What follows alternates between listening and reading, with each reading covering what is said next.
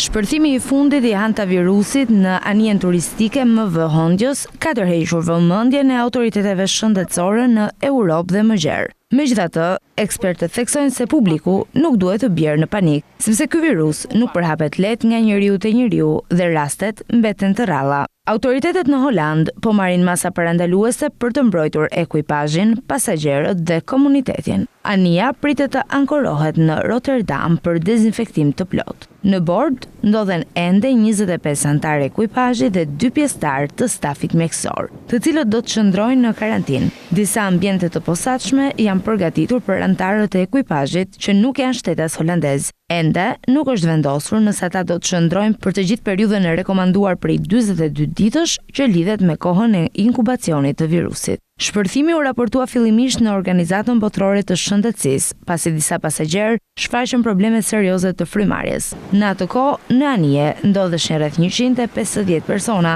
nga 23 vende të ndryshme. Deri tani janë raportuar 3 viktima, një çift holandez dhe një shtetas gjerman. Sipas ekspertëve, virusi i përfshirë në këtë rast është i njohur si virusi i Andeve, një lloj hantavirusi që qarkullon prej shumë vitesh në Argjentinë dhe Kili. Mostrat e analizuara deri tani nuk tregojnë asnjë mutacion apo ndryshim të madh të virusit. Kjo është e rëndësishme sepse do të thotë se virusi nuk duhet jetë bërë i rrezikshëm ose më ngjitës se sa ishte më parë. Hantavirusi është një grup virusesh që zakonisht përhapet nga brecit. Njerëzit infektohen kryesisht kur thithin ngrimca shumë të vogla që dalin nga urina, jashtëshitjet ose pështyma e brecëve të infektuar. Kjo mund të ndodhë gjatë pastrimit të ambienteve të mbyllura ku kanë qëndruar brecit, sidomos në vende pa ajrosje. Në raste shumë të rralla, disa forma të hantavirusit mund të transmetohen edhe mes njerëzve, zakonisht pas kontaktit të ngushtë dhe të zgjatur. Pikërisht kjo është arsyeja pse autoritetet po mbajnë në vëzhgim personat që kanë qenë në kontakt të afërt me të infektuarit. Ekspertët theksojnë se hantavirusi nuk përhapet aq lehtë sa gripi apo COVID-19. Nuk ka prova që virusi transmetohet thjesht duke kaluar pranë një personi të infektuar. Kjo e bën rrezikun për popullsinë e gjerë relativisht të ulët. Sëmundja zakonisht fillon me simptoma të ngjashme me gripin.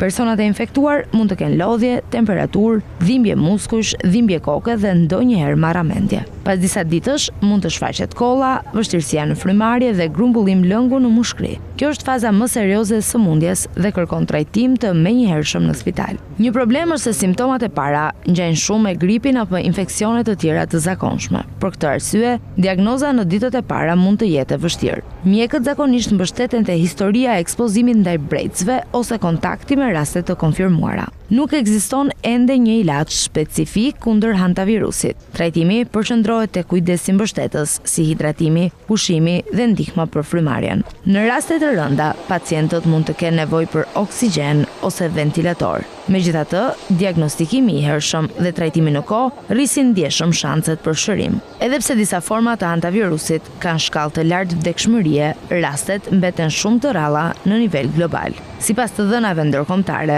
raportohen rreth 200 raste në vit në të gjithë botën për formën pulmonare të sëmundjes.